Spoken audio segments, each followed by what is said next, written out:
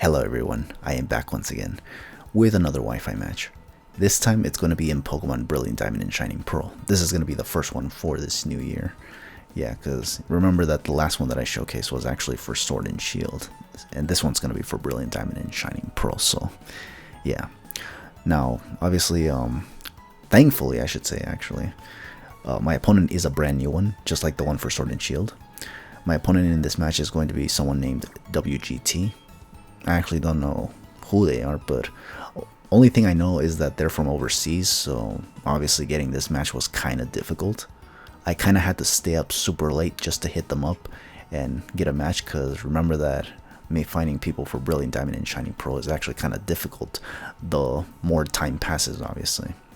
So yeah, obviously, because I care about getting matches for Brilliant Diamond and Shining Pearl, obviously I had to do my best to accommodate their time zones and all that good stuff. So yeah, and here we are. Now, this match is actually quite strange. More so from my end than from my opponent's. Because what happens is that this match, crazily enough, was actually supposed to be a UU match, as you can see based on the teams right now. However, unfortunately, my opponent actually told me that two of my mons have been recently, or I don't know if recently, but they've been updated to OU basically. So they're no longer UU. And those mons are basically Roserade and Mew. And it kind of makes sense. Mew was always kind of a broken mon, honestly, with all the moves at its disposition. There's no way that thing could stay in UU for long. But the problem was that because Brilliant Diamond and Shining Pearl didn't get to actually, you know, shine as much because of the advent of Scarlet and Violet, I thought that they weren't going to even bother updating the meta, especially considering a lot of the times that I got matches for Brilliant Diamond and Shining Pearl, the only tier people were willing to do was OU. So I was just thinking, they're probably not going to update it. But what do you know? My opponent told me this, and then I checked on Showdown to see if they were telling me the truth, and they were correct. So I was just like, damn. And I was actually going to change the mons so that the match was actually UU, but my opponent said that, yeah, that's alright, you don't have to worry about it. Because we were already like in the match and whatnot. But yeah, I was just like, damn. So I'll admit that I got a little tilted just because I didn't know about that, but it is what it is. They said I can actually use the mons regardless, but that means that this match will no longer be UU, but more so OU. In a way, you know, like that, where I have the quote-unquote advantage because of the two OU mons now, you know. But it is what it is. Anyways, with all that said, so my opponent is obviously going to lead with a Crobat, and I lead off with a Mew. Now, obviously, because it's a Crobat, I actually really wanted to go for the Psychic. But I am fully aware that these things also like to go for the U-turn, which it does. So because of that, obviously, I decided to just get the rocks up, so that if he wants to pivot over and over again, at least it gets punished, you know, every time they start switching around and all that good stuff. So, yeah. And I'm going to see what my opponent decides to send in. I think here he sends in the, oh yeah, the Empoleon, yeah. Okay, so the Empoleon is going to come out, and yeah, I get rocks up, but here's where things got kind of complicated. And let me be honest with you, it was really difficult for me to think my my moves through, because this match was done around 1 in the morning. So because of that, obviously, you know, when you don't get good sleep, obviously you're gonna be like not really thinking straight and whatnot. Usually I need that in order to actually be able to make plays optimally and all that good stuff. But here I was looking at my moves, and I was wondering if I wanted to actually go for the taunt, because, you know, Empoleons can have the fog and their own rock, so my opponent can go for either one of those options. But I ultimately just decided to go for the damage and go for Volt Switch. And here's where I decide to go into the, I believe, the Roserade. I was looking at what other mons I could send out, but really there's not a lot of switch-ins to Empoleon other than Roserade. And of course I have to hope that the Empoleon does not have Ice Beam, because if it does, then obviously my Roserade would not be in good conditions. In fact, it would probably just go for an attack and then go down the next turn, should my opponent go for another Ice Beam, if my opponent has it. But anyways, my Roserade has come out. Thankfully my opponent did not go for the Ice Beam. It went for the they went for the Stealth Rocks, which was one of the options I was anticipating, if not the possible Ice Beam, because I wanted to send in Roserade. Now this Roserade, I was intending on going for the sleep powder, but I actually did not realize while I was hovering on Roserade that it actually did not have sleep powder. I saw the spikes and I was just like, oh, damn. Okay, so because of that, obviously I had to, you know, just do something, obviously. So I decided to just go for the Giga Drain. My Roserade is life orbed, so I figured it should do a decent amount, right?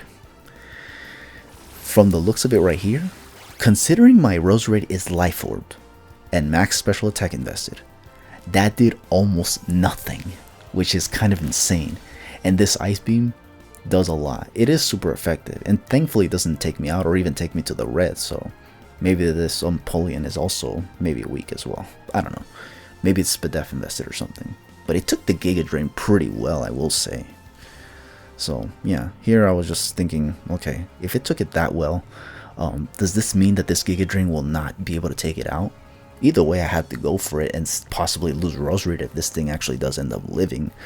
So, because I need to cripple every Bulkymon as quickly as possible, because the problem is that I don't want this match to go to time either, honestly. My goal with these matches is always to make sure that it accommodates the 20-minute timer so that the matches can finish, you know? So, here, now my opponent is going to send in the Drapion. Does not want to actually risk the Empoleon going down, so yeah. But thankfully for me, or should I say, well, it's kind of like hit and miss. Because here's the thing. My Roserade can 2-hit KO a Drapion. However, unfortunately, my Roserade already took damage from the Ice Beam earlier. So because of that, obviously now I have to actually, you know, I have to determine whether or not this Drapion is going to be an Adamant Nature one or a Jolly one. If it's a Jolly one, obviously it's going to outspeed my Roserade and take it out. So here I was looking at my team to see if that happens, what would I want to send in. I think I decided to send in the what's it called? I forgot what was the name of the mon. The Flygon, yeah, the Flygon, yeah, because damn. But yeah, here I was looking at my team, but I think I do end up going into the Flygon, because look, Mew, obviously, it's slow. I don't think it's speed invested whatsoever, so it gets knocked off. Machamp, I kind of don't want it to take any damage considering the mons that he has right now. And the Rotom is also slow. Sharpedo, I don't think Sharpedo will actually be able to take out the Drapion with a waterfall, because Drapions are physically fairly bulky on the physical side. So yeah, obviously Flygon is definitely the only option I have. Now here's another problem though, is that I actually wanted to go for the Earthquake to take this thing out, especially if he decides to send in the Fortress. But obviously he does have the Crobat still, and you know, because of that I have to basically go for Dragon Claw. Because here's the thing, my Flygon, if you saw it earlier, it's actually choice banded, so I had to go for the Dragon Claw, because if my opponent actually decides to anticipate my Flygon being choiced, whether it be banded or even scarfed, if they see Earthquake, they will basically, you know, be forced to go into Crobat, just to basically find out if that's the case or not. And I kind of didn't want to make it easy for them, so because of that I just went for the Dragon Claw, and this effectively forced out the Fortress. So now I had to look at my team to see what I want to send in. I decided to go into the Rotom Heat, because Rotom Heat can usually take anything that this Fortress wants to go for. It can take Gyro Balls, it can take Rapid Spins if they have that, which he does go for right here. And you see, it does nothing. The only bad thing about this though is that gets rid of my rocks, so because of that now I'm not going to be able to punish any switch-ins that my opponent decides to go for, which is pretty bad for me, obviously. So here, what I decided to do, because I know that these Fortress can't really do much of anything other than just Rapid Spin, set up hazards, and potentially Volt Switch, I decided to just go for a Nasty Plot, just to see what they wanted to do. They end up hard switching, interestingly enough, probably fearing the Overheat, which does make sense. And they're going to go into Empoleon, so again, probably anticipating the Overheat. Although, given the amount of HP that I actually took off with the Roserade, chances are that he might have actually lost the Empoleon right here, actually. So, not sure if that was a good play or not. I couldn't tell you, honestly. But either way, I got to +2 now. Now here I'm just looking at my team, because my concern is that because, you know, this team that I made, It was made years ago, I think. So because of that, I don't remember what the set was for the Rotom. Like, I don't remember what investments I put on the Rotom, so I don't know if it can outspeed the Empoleon. My opponent sent out the Empoleon for a reason, so chances are that it's because he wanted to outspeed me and go for, I don't know, Surf or Hydro Pump. But either way, I just go for the Thunderbolt to see what happens, and, you know, I thankfully was able to outspeed the Empoleon, and as a result, I was able to actually, you know, take them out. Which is good, honestly, because now they don't have to, you know, be annoying and scaring the hell out of me. Because Empoleons hit really, really hard, on top of being bulky, which is insane. So, yeah. Here, my opponent is now going to bring out the Jolteon. And Jolteon, well, because I'm at +2 now, I want to believe that I can freely go for this Overheat. I can literally take any attack from this thing. My guess is that he sent out the Jolteon so that they can go for the Shadow Ball and get some additional damage. Because what I feel is going on right here is that they want to weaken my Rotom enough to the point where Crobat can possibly finish it off. Because Jolteon can't really do much of anything against the rest of my mons. It runs the risk of me sending out Sharpedo and, you know, getting the Protect off and then just, you know, outspeeding it with a Crunch and all that stuff. So, yeah, they sent out Jolteon anticipating losing it possibly. So, yeah. Now here comes the Crobat, obviously, which was, yeah, kind of what I was expecting. And here I try to go for the Thunderbolt in case they want to go for something funny like Taunt or something. So, yeah. But, yeah, they're just going to go for the Cross Poison and, yeah, take out my Rotom, which is kind of problematic if you want my honest opinion. Because this mon can actually, or should I say, could have taken out what was left of his team, which is the Fortress and the Venomoth. And it could have taken out the Crobat if it was much healthier. But now that I don't have Rotom, all these mons that I have left kinda can get taken out by either Crobat or the Venomoth. If the Venomoth sets up, that is. Because, you know, Venomoths can have Quiver Dance, you know. So here I send out Mew, and I go for the Psychic. He is going to hard switch it out. He's not even going to go for the U-turn. Interestingly enough, I thought this might have been a misplay, actually. Because I think here he could have maybe taken out my Mew. Or maybe not. Maybe that was his concern. Maybe they were thinking that maybe they couldn't take out my Mew. But they would have gotten damage, and then they would have sent out the Fortress. So I don't know why they didn't hard switch. Maybe they actually forgot that my Mew was slow or something. I don't know. Because the Mew was probably out of combat for a while, so maybe they thought that this thing was going to outspeed the Crobat. I don't know. But either way, yeah, they switched out and they went to Fortress. I go for the Taunt here just so that they don't try to hazard stack me. Like, they already got Rocks up, so I don't want this thing to, like, maybe set up Spikes or Toxic Spikes or something. So, you know, just preventing that from happening. They end up going for the Gyro Ball, so the Taunt may very well have been pointless, but I don't know, honestly. It was just a precaution for me. Now here, remember that this match took place around 1 in the morning, so obviously I still wasn't thinking straight. In fact, I was very, very tired and I was just like, what should I do?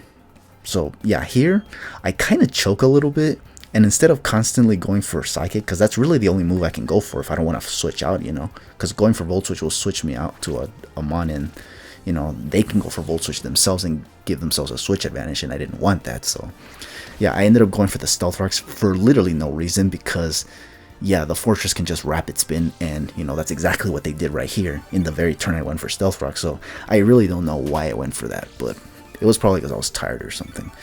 But yeah, here, yeah, I could have just gone for Psychics, maybe hope for a Spadef drop, but I don't know, I just wasn't thinking at the time. I go for it now though, so now I'm just hoping that, you know, I can get a Spadef drop.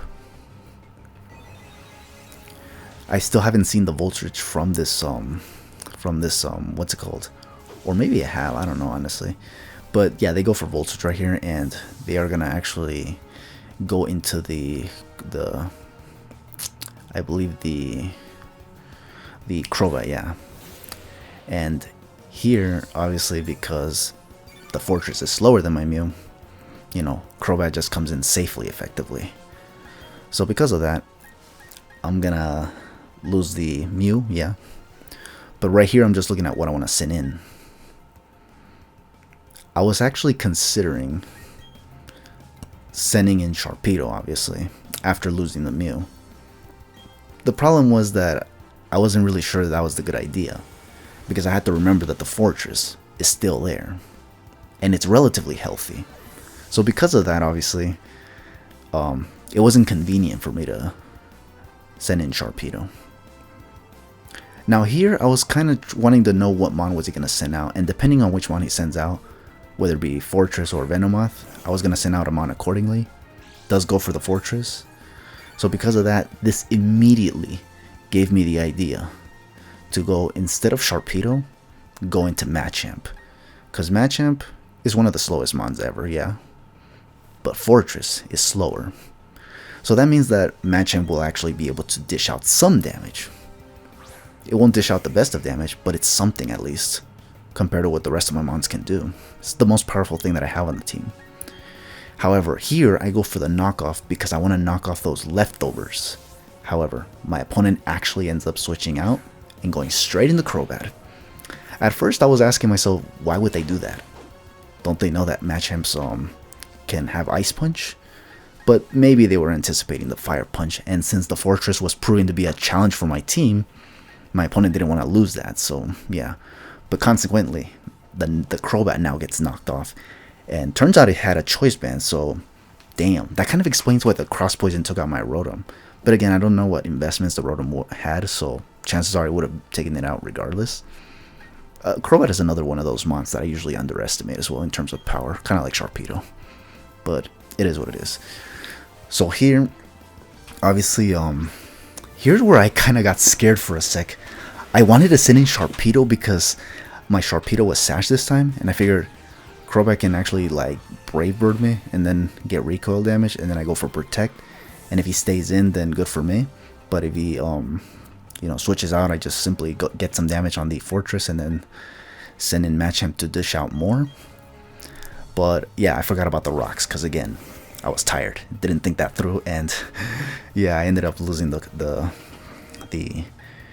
Sharpedo for, I guess, no reason, but I guess in a way this was kind of the play I had to make, because get this matchup comes in, and thanks to the recoil damage from the Brave Bird, it was just enough for the Bullet Punch to actually take out the Crobat, which was kind of what I was afraid wasn't going to be enough to, take out the Crobat, because Bullet Punch is not stab on Machamp, but Machamp does have very good physical attack, so that was what I was trying to bank on to see if I could actually take out the Crobat, and thankfully it was.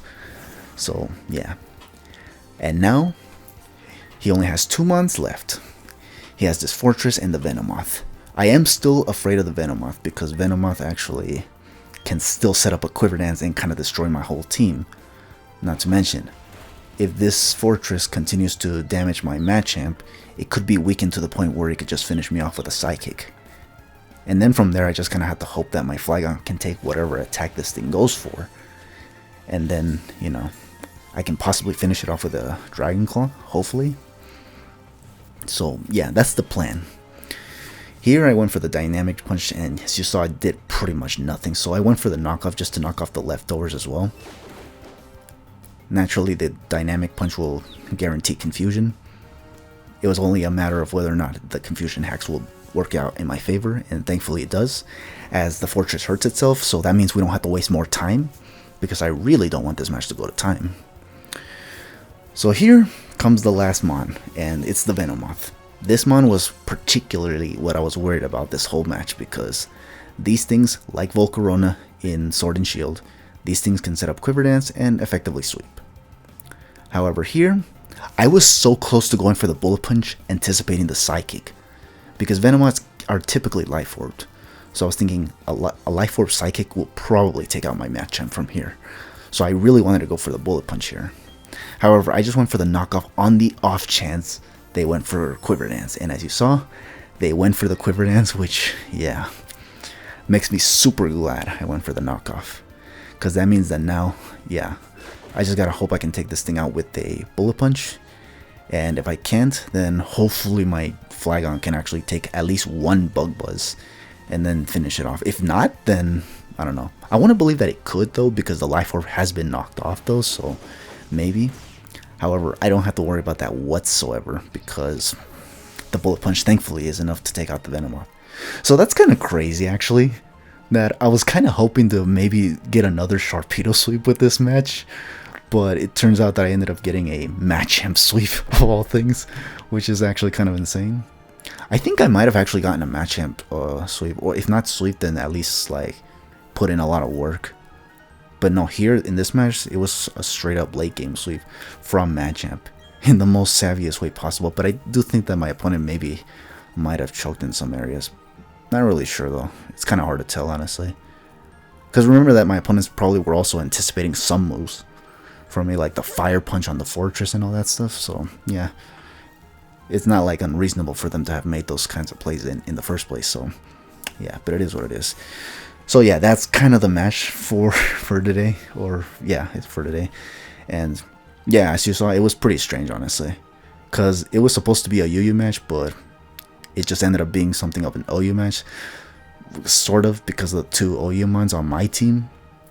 And obviously because my opponent definitely had the disadvantage, I actually offered them a rematch, which they accepted, obviously. They didn't tell me directly that they wanted it, but I just offered it to them because they were actually kind of talking to me for a long time, and usually that kind of tells me that they want a rematch, but they don't want to say, I want a rematch, because then they sound, you know, kind of desperate, you know. And usually, I'll admit that that kind of stuff actually does kind of turn me off, so I guess it made sense. But yeah, no, I offered them a rematch because they basically allowed me to use two OU mons in what was supposed to be an OU match, or UU match, so yeah, look forward to that. I'll probably showcase that maybe after another session of GoldenEye. So for those that watch this match, thank you for watching, and hope to catch you guys for the next one. For now, just take it easy and have yourselves a good one.